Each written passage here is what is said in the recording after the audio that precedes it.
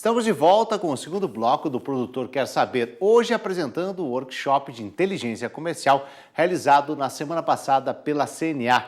Você assiste agora a palestra do assessor de inteligência comercial da CNA, Pedro Pereira. Acompanhe. Eu me chamo Pedro Pereira, eu sou da Superintendência de Relações Internacionais aqui da CNA.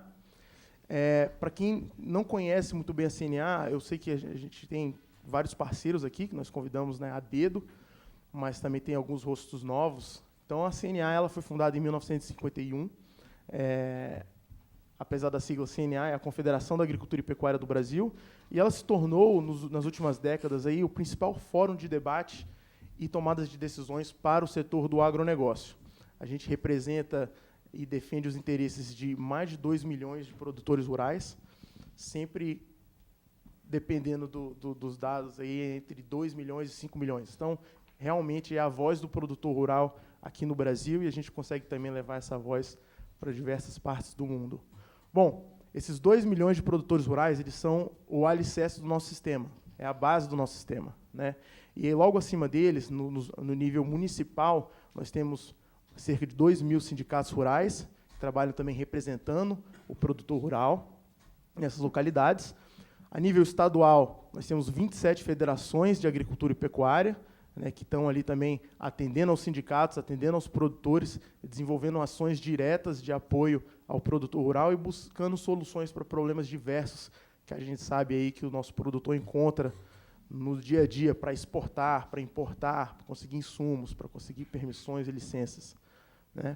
E aí, no último nível dessa, se você virar, seria uma pirâmide, atuando aí mais no nível federal, nós temos o sistema CNA, que ele é formado por 3 entidades principais, que é a CNA, o Senar, que é o Serviço Nacional de Aprendizagem Rural, que trabalha para oferecer cursos de capacitação técnica na área rural e também para fortalecer aí a renda e a questão social do produtor.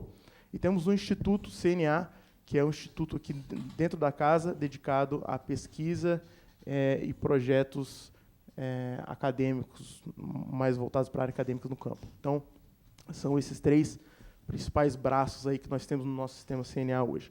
Como que nós atuamos para defender os interesses do produtor rural? Bom, aí está toda a ideia da inteligência comercial. Se a gente não tem informação, se a gente não sabe os problemas, não sabe quais são as vantagens, o desempenho do setor, a gente não consegue atuar da forma mais efetiva, da forma que nós gostaríamos. Então, aqui eu trouxe algumas informações mais ilustrativas, que aí a gente pode ver exatamente como que setores, empresas do setor privados, associações, a própria confederação, age utilizando dessas informações, que nós chamamos de informações de inteligência, são dados do mercado, dados do consumidor, que conseguem, que nos permite tomar decisões educadas, decisões informadas, aí, direcionamentos para nossas empresas. Então, aqui um exemplo de dado é o dado do PIB, a participação do agronegócio no PIB brasileiro.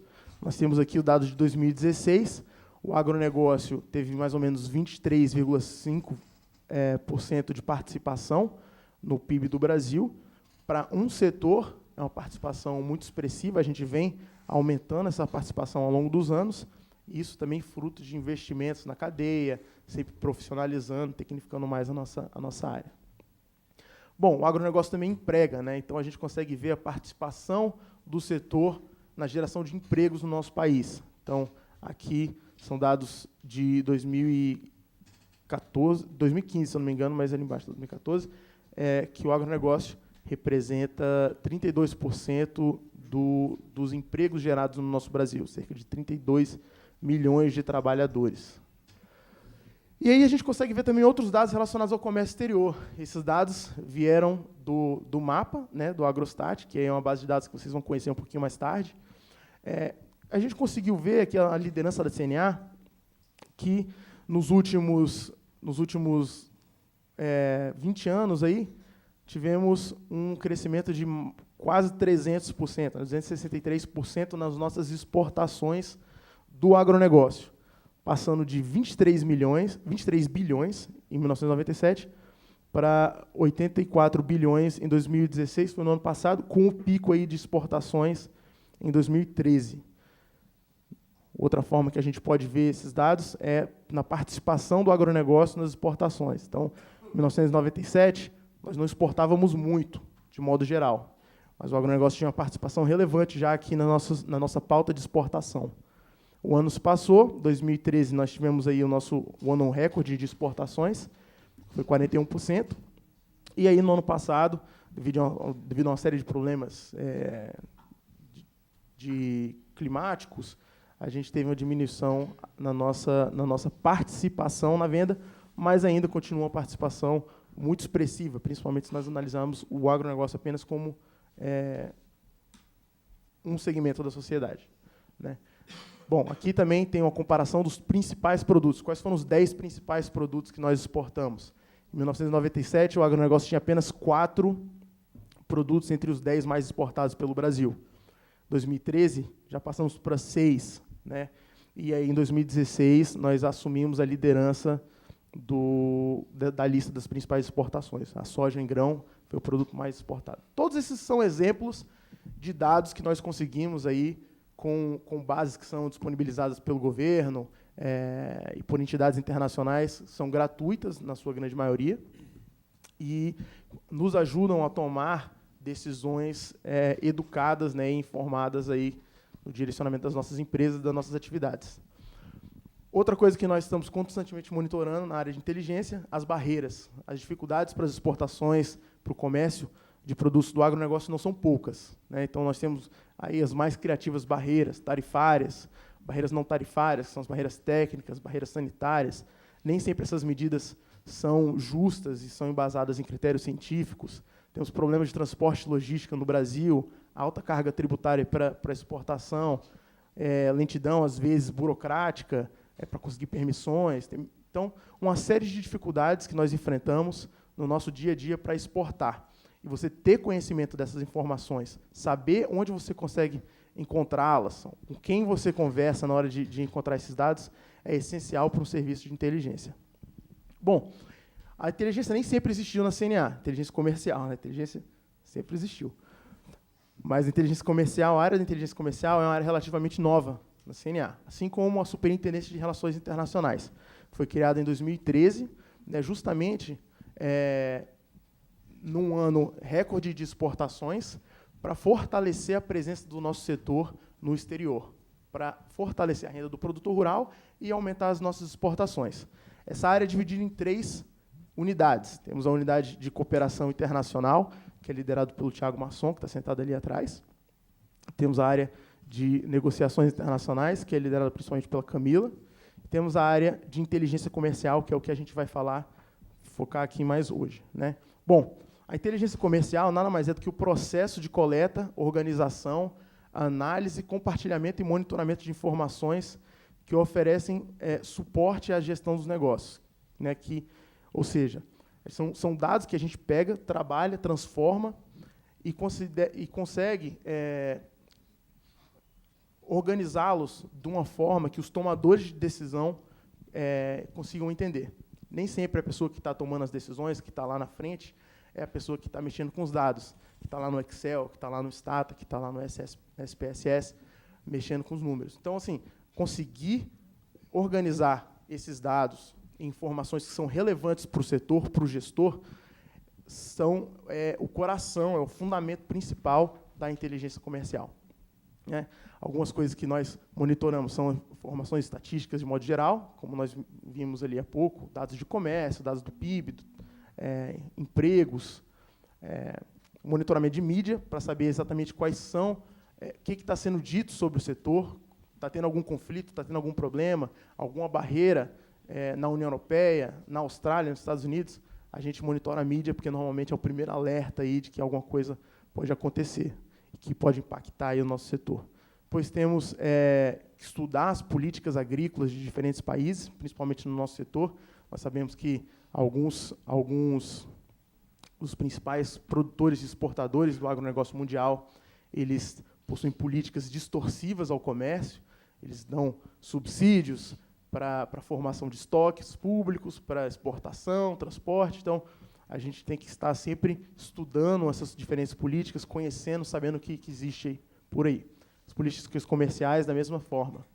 Temos que conhecer também a concorrência e o nosso comprador, né? Através desses dados, nós conseguimos identificar quem é que está comprando o nosso produto e quem é que está competindo com a gente por aqueles mercados. Estimar potenciais de comércio, fazendo uns cálculos, e aí existem diversas metodologias diferentes. A da Apex é uma metodologia conhecida aqui no Brasil, que auxilia diversas empresas, né, a direcionar suas exportações para mercados específicos. Então, aqui são alguns exemplos de monitoramento e informações que nós precisamos. Para conseguir trabalhar com todos esses dados, todas as informações que nós coletamos, a gente precisa de algumas ferramentas, né? Então, ferramentas de análise de dados, seja ela o Excel, ou seja ela SPSS, outras ferramentas de regressões estatísticas mais complexas, são essenciais para a gente conseguir trabalhar essas informações. Modelos estatísticos, às vezes, não são necessários, porque, às vezes, as informações são um pouco mais simples, mais fáceis de serem trabalhadas, mas também podem ser essenciais para que a gente possa identificar, principalmente, o comportamento de alguns consumidores, de alguns mercados. Tal. Então, realizamos consultas, principalmente o governo está sempre buscando a opinião dos setores, tentando levantar quais são as principais dificuldades para exportação, para importação, o que cada setor quer quando está se tratando de um mercado internacional. Então, pesquisa de opinião, dados históricos do mercado, que é aquilo que a gente viu, né, que é disponibilizado pelas bases do nosso governo, comparando, por exemplo, o que a gente exportou esse ano com o que a gente exportou em 1997, consegue ver a mudança aí no período de 20 anos. Bom, essa é a ideia geral, eu acho, que de inteligência, que eu queria comentar. Não vou entrar muito em detalhe, porque eu sei que os nossos parceiros mais para frente vão falar também. Queria apresentar um pouco, dentro da nossa superintendência, quais são alguns produtos que nós produzimos que podem gerar essas informações, podem trazer esses dados que são relevantes aí para o setor. Nós temos, mensalmente, uma nota da balança comercial que nós soltamos, que analisa as exportações no último mês e no acumulado do ano, né, comparado aí a anos anteriores. A gente consegue ver o que tem mudado, o que tem se mantido igual, quais são as dificuldades, se alguma coisa caiu, por que caiu, né, o valor de exportação, o que a gente está comprando mais, e aí por que existe algum déficit. A parte interessante, eu acho, que da Superintendência de Relações Internacionais e da área de inteligência está localizada lá, é porque aqui a gente fica muito próximo das diferentes cadeias do agronegócio, né. Aqui na CNA, nós temos técnicos dedicados à cafeicultura, técnicos dedicados à pecuária de corte, a aves e suínos, a grãos. Então, se acontecer alguma coisa específica com relação às exportações, a gente consegue ir direto a eles e falar: opa, estou vendo aqui que o açúcar a gente está exportando menos. O que aconteceu? Ah, não, foi a China, porque a China incluiu aqui aumentou um pouco a tarifa. Então, esse contato também faz parte da inteligência. Esse levantamento de informações, ele não fica restrito às bases de dados da internet que a gente encontra por aí. Essa conversa com quem está no campo, quem está vendendo, com quem entende das dificuldades da cadeia, as diferentes peculiaridades que o nosso setor enfrenta, são essenciais. Então, tudo isso a gente condensa, né, e faz um relatório mensal, que é essa nota de imprensa da balança comercial, falando um pouco sobre como foram as exportações, como foram as importações. Temos aí uma análise de documentos que são publicados por outras entidades. Fazemos o perfil país, que é também uma revisão, aí uma descrição, né, de mercados estratégicos, identificando potenciais de mercado, o que nós podemos aumentar em exportação e importação. Isso é muito utilizado também por áreas que trabalham com negociação de acordos comerciais, né, diretamente, querem saber, opa, a gente está negociando aqui a assinatura de um acordo com o México. O que o produtor brasileiro gostaria de exportar para o México? Aí a gente vai, levanta todas essas informações, faz um estudo. Mas o produtor mexicano também quer exportar para o Brasil, né? Tem algum produto sensível? Tem algum produto que nós temos que trabalhar com a cadeia, que temos que trabalhar com o governo, que temos que negociar? Isso tudo a gente encontra nessas análises. Outros produtos que nós temos que são periódicos são os boletins informativos. Aqui eu coloquei 2 boletins que hoje nós não publicamos mais, foram descontinuados, mas são boletins que foram publicados por um período de 2 a 3 anos. Então, ali a gente tem muita informação que até hoje é relevante. Essas informações, se acontece se temos uma barreira específica com a China, a gente consegue ir lá nesses boletins antigos da China, que foram descontinuados no ano passado, e verificar o que nós escrevemos sobre esse tema no passado, né? E aí já é uma fonte de informação muito, muito importante. Mesma coisa com o boletim da União Europeia. Hoje nós temos o boletim Agro Brasil, que é o nosso único boletim publicado em inglês, destinado aí ao público externo e levando informações sobre o agronegócio brasileiro. A ideia é reforçar sempre a ideia de que o nosso setor é um setor forte, que é um setor sustentável, que é desenvolvido, que nós temos plenas capacidades de entrar nos mercados estrangeiros. E o nosso boletim que sai com maior periodicidade hoje em dia é o boletim do agronegócio internacional. Acredito que alguns de vocês devem receber esse boletim, mas se não recebem, por favor, nos informem que a gente consegue incluir vocês na mailing, né? Mas é um boletim que traz também informações diversas sobre o mercado internacional para produtos do agronegócio, e aí o nosso público já é outro.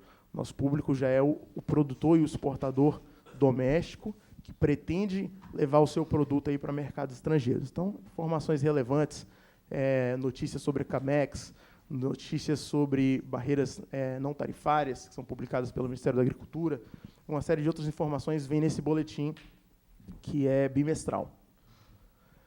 Nossos estudos de inteligência são estudos um pouco mais elaborados, mais longos, tratam de assuntos mais específicos.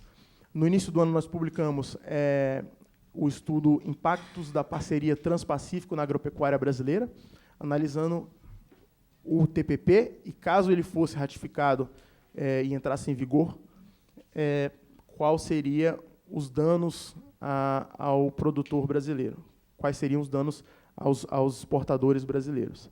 Então, o estudo que foi publicado no início do ano está disponível. Todos esses documentos estão disponíveis no site da CNA, que é o cnabrasil.org.br, podem ser baixados lá gratuitamente. E um estudo que nós publicamos em 2014, que também hoje segue bastante relevante, principalmente com a situação atual que nós vemos na política internacional, é os impactos das políticas agrícolas dos Estados Unidos e União Europeia no agronegócio brasileiro. Mais uma vez, analisando um pouco das medidas, dos diferentes mecanismos que essas políticas agrícolas oferecem para o produtor rural europeu e para o produtor rural americano, e como esses mecanismos e essas medidas afetam o preço internacional de commodities, como eles afetam a produção nacional de alguns produtos. Então, são dois estudos um pouco mais elaborados, mas também estão disponíveis no nosso site.